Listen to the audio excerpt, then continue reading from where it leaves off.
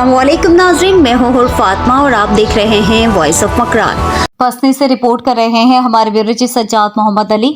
पसनी में तेज हवाओं और शदीद बारिशों से मुतासरा इलाकों का जायजा, निकासियात के लिए कमेटी तश्कील।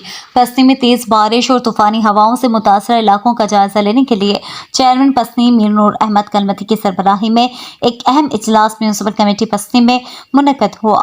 इजलास में मौलाना हिदायतुर्रहमान बलोच, MPA ग्वादर, जिले चेयरमैन ग्वादर सईद मयार जान नूरी, नुमाइंदा डिप्टी कमिश्नर ग्वादर फतह बलोच, तमाम कौंसलरान और मीडिया के नुमाइंदों ने शिरकत की। इजलास में तूफानी हवाओं के नुकसानात और बारिशों के सबब ज़ेर-ए-आब कारोबारी मराकिज़, मेन शराहों और ज़ेर-ए-आब घरों से मुताल्लिक गुफ्तगू की गई। खास तौर पर शदीद मुतासरा ज़ेर-ए-आब घरों की निकासी या अब के मसले पर तवज्जो दी गई।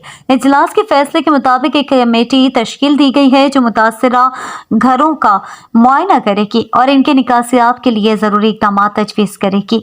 इस कमेटी में म्यूनसिपल कमेटी के अरकान, लोकल इंतजामिया और मुतासरा इलाकों के नुमाइंदे शामिल होंगे।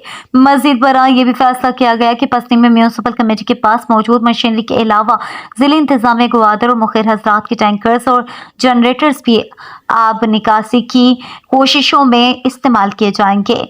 चेयरमैन पसनी ने अवाम से अपील की है कि वो इस मुश्किल वक्त में अपने मुतासर भाइयों और बहनों की मदद करें।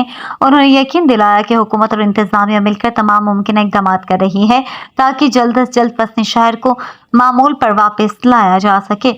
इस मौके पर वाइस चेयरमैन फ़हीम अली जौहर, तहसीलदार पसनी अकबर अली, DSP पसनी जाहिद हुसैन, TMO पसनी मंदोस बलोच कहता अली, अमान जुमा यूसुफ अब्दुर्रहमान, साबिक चेयरमैन हकीम, चीफ सिविल सोसाइटी के परवेज सिफर और दीगर ने भी शिरकत की।